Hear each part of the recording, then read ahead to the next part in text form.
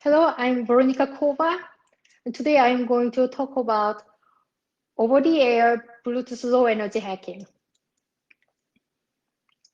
I have been in the security field for many years, and in 2018, I wanted to do something that I had not done before.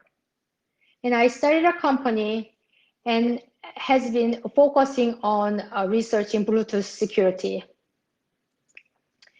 And today I'm going to share my story from knowing almost nothing about Bluetooth to find the remote code vulnerabilities in the firmware level. And first, I started the Bluetooth security by surveying the existing Bluetooth security researches. Then I read about Bluetooth specification, which is actually pretty large, but I didn't read all of it. I generally focusing on the length field and embedded headers that programmers likely make mistakes. Then I look for open source implementations because sometimes documentation was very vague. And for Bluetooth Classic, I couldn't find any open source implementations. But I found Zephyr and Apache Minute Nimble that is a Bluetooth low energy open source implementation. But today I'm going to talk about mainly focusing on the BLE because that's the one that I has been focused on recently. And here there is a BLE stack, and there are many protocols. And for the dual chip configuration, these protocols belong to host. And these two protocols belong to the BLE controller. And the specification define how host controller interface should be implemented. Through the HCI, host generate HCI commands to BLE controller. And BLE controller generate HCI events to send back the result to the host. And when you receive BLE packets, it also generate HCI events to the host.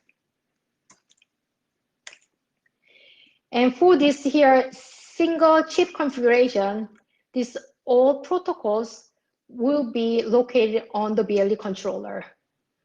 But for this configuration, the specification does not define how HCI should be implemented. So it is up to the implementer. They can use memory queue, or they can choose just not having an explicit HCI layer. But this talk, I will focusing on this link layer. When I started this research in mid-2018, there was literally zero controller-specific vulnerabilities. But now there are 14 of them, including a BT Classic and BLE vulnerabilities. Out of these 14, there are only 3 proven BLE RCE vulnerabilities. The first one you probably heard of is BleedingBit. And the two are the vulnerabilities I am going to talk about today. And let's see why an attacker is interested in finding these low-layer vulnerabilities. Let's say an attacker found a PC-specific vulnerability. For this case, the attacker can only attack a single class of the devices. But if an attacker finds a vulnerability on this controller low layer, and this controller used for different classes of devices, he can attack PC, or he can attack car, medical devices, or IoT devices. And beyond that, this lower layer, in order to attack this lower layer, it does not require either authentication or pairing. the attacker just needs to be nearby the device. And I'm going to talk about 4 vulnerabilities on this low layer today. I prepared demos for the 2 RC vulnerabilities, and I'll briefly explain 2 other vulnerabilities. But before talking about the vulnerabilities, I wanted to talk about how I set up my lab in order to start vulnerability hunting. And here is a development board. I recommend to start with the development dev boards because it's easier to actually find the vulnerability and make an exploit, because development board, in many cases, you can do the hardware debugging. But it's easier to finding a vulnerability and making an exploit compared to the end product. My lab has more than a dozen dev boards, but I'm just showing you these two of them because I'm going to talk about it today. And here's some serial converters. Just if you have some experience with the software development, it's just like a pre-nap. UART is the basic or the easiest way to debug our hardware. And I happen to have one here, the leftmost one, this serial converter laying around in the house. And I use this one, however, it does not have a CTS and RTS lines. And it took me for a while to figuring out even how to see the UART messages. So I do recommend, if you're getting the serial converter, get ones that has a CTS and RTS lines. And here's a hardware debuggers. Here 2 upper ones are for OpenOCD.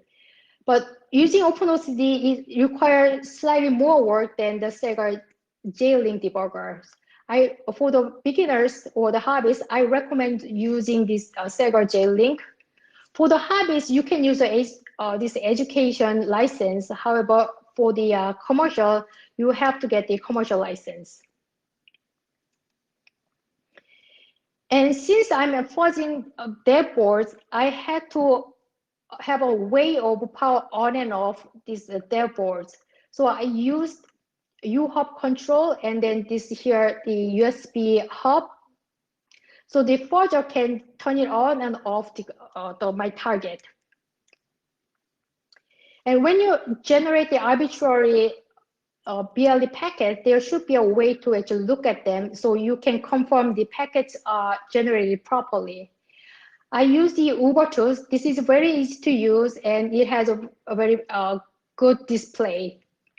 However, it looks like the software has not been updated very recently, so it does not support newer Bluetooth protocol features. And luckily, this sniffer was introduced at the end of the 2019 at hardware.io. And sniffer does support newer Bluetooth specification, Bluetooth protocol features. And here's a Nordic device, and I use the Nordic device in order to generate the arbitrary packets. I start with the NRF52832. It's because the Zephyr and Nimble has a lot of documentations and examples using this device. That is because the documentation was written a while ago, and this one was an older dev board. The problem using this older one was, in order to use UART, I had to connect my serial converter to some of the individual GPIO. And it is kind of cumbersome when you move around this dev board. There's multiple cables coming out of it. So I end up using NRF5840. And the good thing about this board is it supports the virtual COM port, so you need only one USB cable. And with this hardware, you need a software. And today I'm going to release a JackB Nimble. Using this JackB Nimble software, you can generate an arbitrary BLE link layer packets. and it will be easy to extend to make your own fuzzer. JACP Nimble comes into the two parts. The first one is the firmware. I made a modification to the Nimble because Nimble does not generate a package that violates the Bluetooth specification, but we do want to generate the package that doesn't comply with the specification. And in order to control this firmware, I made a host code here. And this host code is written in Python. And this Python code is responsible for making this arbitrary packets and give it to the firmware. And then the firmware will gonna send these packets. Now we have lab set up. Then let's look at a specific chip. The first target is Texas Instruments WL1835 mod chip. And this chip supports Bluetooth version 4.2. And this case of development board was slightly different from other development board units in that it does not have hardware debugging exposed. And also in this chip, the BL link layer is baked into ROM, which means the end product that use this chip will have same ROM contents as this device, this development board. And the host or the end product, in order to patch the functionality bugs or the security vulnerabilities, the host use a TI provided patch and redirect control floor into the different new code. And TI also provide some tools for the developers. And one of them is a Hci Tester and logger. And what does this Hci Tester does? I just mentioned about the patch file. And the patch file is in binary format. And if you use the Hci Tester, this tool will translate this binary format to human readable strings. In the case of logger, when I look at just the UART message traffic, the UART messages actually is in binary format. And if you attach this logger to the UART, this logger will display log messages in strings. And we just saw this diagram. In case of this TI chip is belong to this dual chip configuration. And in the demo, you will see how I actually generating some Hci commands in order to control this TI device. So now I have this development board, and I just need to start from this, just read one dev board. So I open this patch file using the Hci Tester, and I could see there are many vendor-specific write memory because the patch file is to patch this chip. That means there can be a read memory, and I found a read memory in the one of the files that TI provides. And in the file next to the read memory, there was an opcode. I took that opcode and used the Hci tool, which is a Linux tool, and I could dump the accessible memory from this dev board. And one big step I could basically reverse this firmware better was after identifying these log functions. I mentioned about the logger. So this log function send these log messages in binary format to the UART. And based on this colors of the, basically looking at the colors of this log function, I could identify some of the function names and then some code context. And here's an example. When I just open the firmware, dump the memory with the IDA, there's no information because there's no symbols. But here, this function turns out to be one of the log wrapper functions. And the first argument is the log string ID.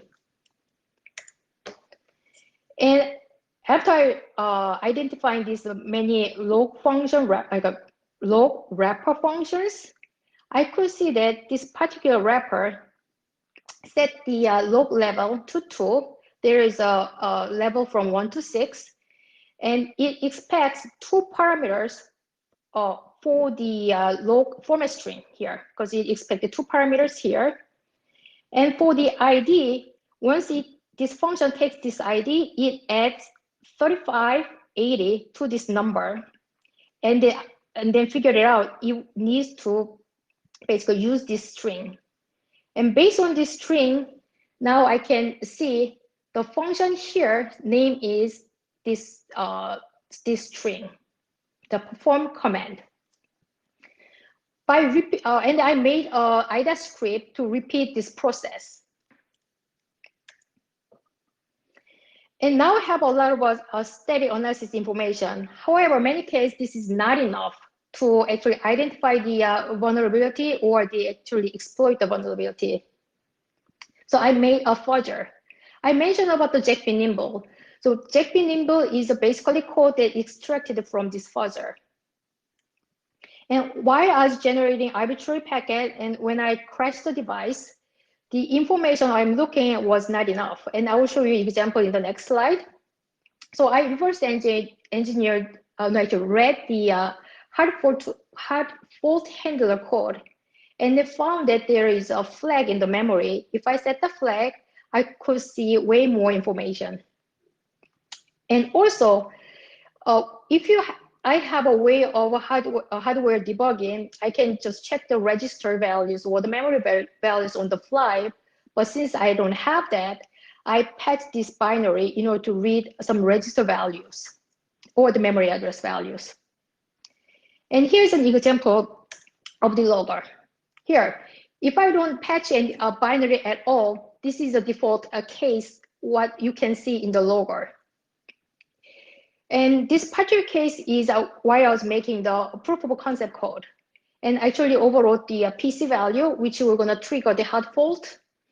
And in here, just it repeats the similar information here, just repeatedly. So now I patch the binary. And let's look at the first patch here. And this one actually shows the just before step buffer overflow occurs. And here, you don't need to worry about this log string here. I just pick a string ID that takes 2 parameters. This is the important information. So I wanted to print out what's the source address and what's the length value for the mem copy. And here, when I print out, it's a heap address. And please remember this one, because when I talk about the actual vulnerability, I will mention this source address again, and also this length value here. And I hooked the code just before mem copy is called. And another patch I've done is I mentioned about the hard fault handler. And I set the flag to 1 so I can see more information at the time of the crash. So now I see all the register values and the stack information, and in the following, there is a heap memory information as well. And now let's talk about the vulnerability that end to remote code execution. Actually, I found this integer on the floor very long ago. When I disassembled this firmware, I identified the mem copy first and looked around all the colors. And I could identify this integer on the floor right away, and which can yield to the stack buffer overflow. But at the time, I didn't have a way of just reaching this code path. So but after I'm making the fudger, I was able to crash the device, and then I could see the actual vulnerability can be reachable and exploitable. And guess what? This mistake is exactly actually same as BleedingBit, but in the different code base. In the case of BleedingBit, it was a heap overflow, but mine is a stack overflow, which means an attacker can exploit this more reliably. And let's see when attack actually takes place. A victim started scanning, then attacker here, it can just send a malicious advertisement packet. And as you see here, neither the authentication nor the pairing required, just scanning and malicious packet, that's it. And now let's take a look at the assembly code. In this function, as you see here, the function allocate stack buffer space for hex to C. And the next is I actually skipped a little bit of instruction here because it was just irrelevant. This R6 value is a PDU length. PDU is like a packet data unit length, and then I will show you the format in the very next slide. It takes the length of value and subtract 6 here. Here, there is an integer on the floor. If R6 value is smaller than 6, this end up R6 here becomes really big number. But next instruction is unsigned byte extension, which means it will eliminate the 3 most significant bytes and then leave only the last least significant byte. Hold on here. And I want you to actually remember this part, why I'm emphasizing, because when I talk about my DOS vulnerability, this actually play a big role here, this instruction. And this R6 become here, length is a big number, it goes to the length field. And the next R1, if you remember from the previous slide, one of the previous slide, this R5 value has the heap buffer address here. Oops, let's see here. It goes to here, the source address, and destination address here is a stack address here. So you see there is a stack buffer overflow. And this is how this packet looks, advertisement packet looks like. This length field here, version, this is from the version 4.2. This 6-bit comes here, and which is the R6 value. And if I put less than 6, then there's an integer on the flow. And let's see why the programmer make those kind of mistake. According to the stack version 4.2, there are 7 PDO types, and all of them has at least actually 6 byte data here. So programmer can think as, okay, there is a packet length, I can just subtract 6. However, if it is a malicious packet, it can be smaller than the 6. Now, I started developing the exploits. But then the problem was because of the background BLE traffic, I could not control this heap contents. I could not control the heap contents well in order to make a reliable exploit. So I come up with an attack. It's a quiet place attack. There are lots of DOS attack, DOS vulnerability, including one of mine, and any unsuccessful attack can be a DOS attack. Let's see here, there is an attacker, and he wants to attack this BLE controller. But now he sees a lot of nearby BLE devices, and he wants to quiet them down. Then you can just kill all of them using the DOS attack. Then finally, this attacker can just send a malicious packet targeting this victim. Now, here is a thing. I'm not a real attacker, and I cannot kill the all neighbors' BLE devices. So my solution is, I had a bucket, a paint bucket. I made a Faraday cage out of this paint bucket. And here, in order to reduce the background BLE noise, this is the RF shielding fabric. And I wrap my these devices using the tinfoil. And I also actually, when I wrap these all devices into the bucket, I put the overtools here in order to verify actually the background noise has been reduced. And let's take a look at the demo. I set up my JP nimble here and I'm going to attack this TI device.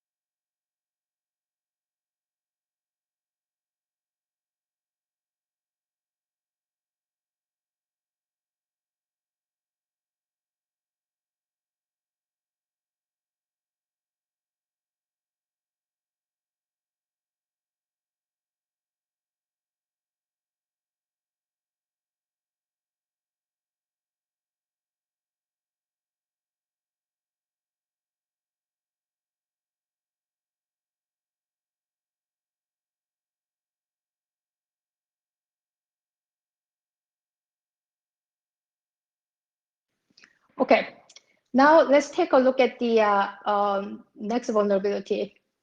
When I report the first bug to the TI, I actually made a POC that overriding the a program counter to the 41, 41, 41, 41. I thought this vulnerability, making the POC for this vulnerability would be just very simple, just you're gonna be very similar to the first one. Because when you see this code, the programmer's mistake is exactly the same. There is on the floor, which we're gonna cause the stack buffer overflow.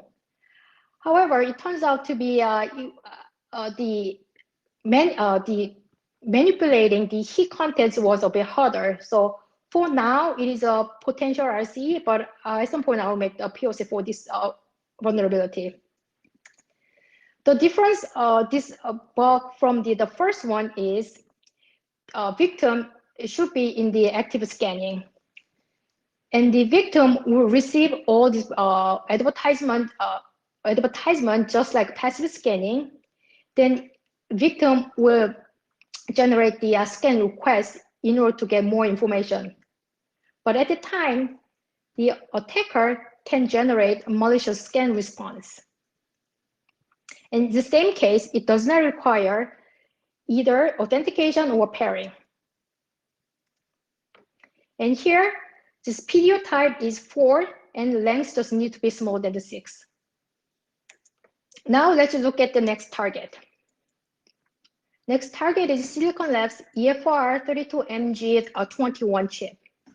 I picked this chip because it supports Bluetooth 5 extended advertisement.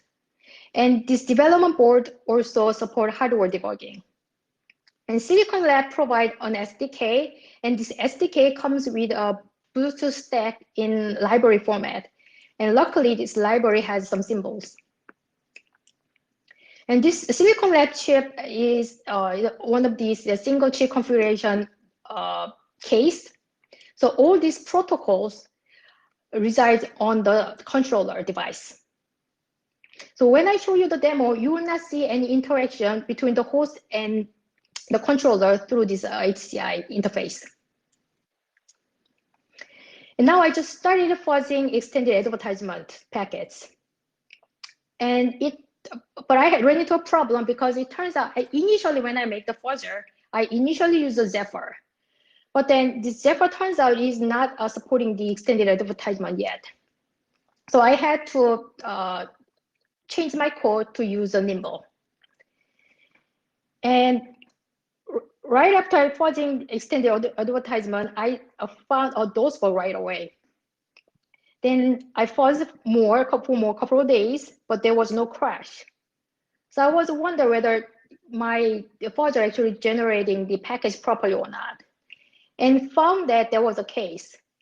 I use the Ubuntu to see the packets, but Ubuntu does not support its extended advertisement packet or the very long length advertisement packet.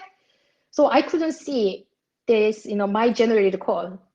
So, but luckily there was Sniffle, which is supports the extended advertisement packets. So when I used the Sniffle, I could not see any of my packets. And it turns out when I debugged Nimble, and it turns out Nimble actually does not allocate enough time to send really long length advertisement packets. So I modified the Nimble, then I found a crash almost right away, which is to an RC bug. So before looking at the RC bug, I wanted to mention about my DOS bug, because I wanted to point it out that not every memory buffer overflow will end up as an RC bug. Here is a DOS bug. I want you to just focus this here a little bit. This R2 and R6, we're going to have a length value that is attacker can control. And since there is an integer on the floor, R2 value will become really big number.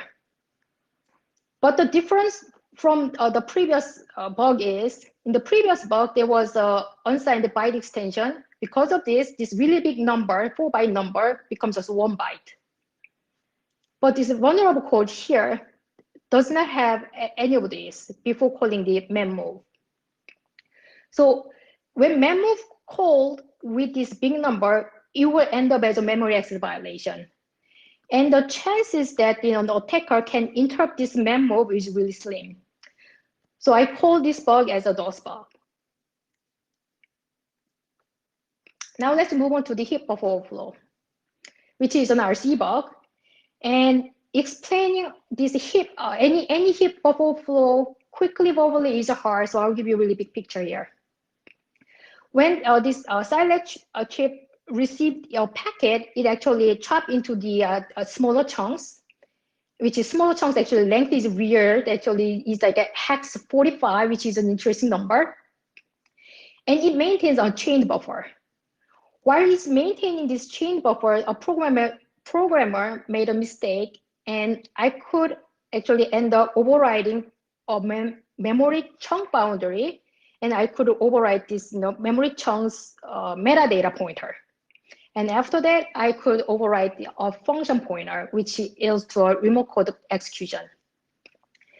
I report this one to Scilab on February 21st, and they fixed March 20th, which is very impressive speed.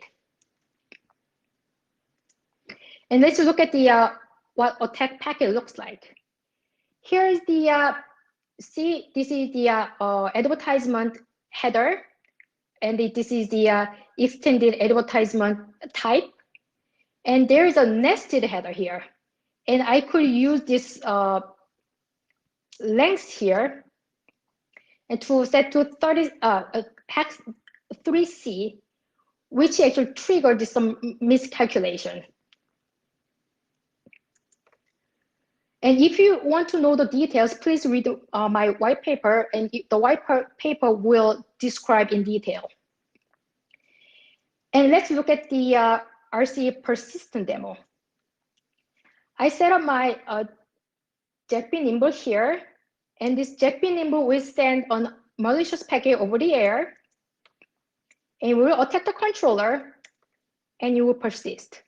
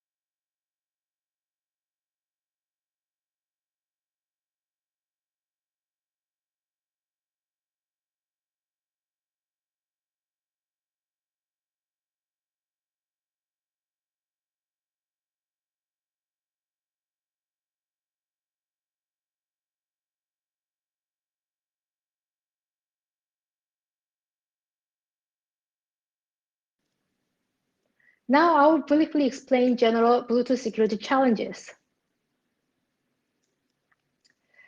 Just like most other embedded systems, it lacks common exploit mitigations.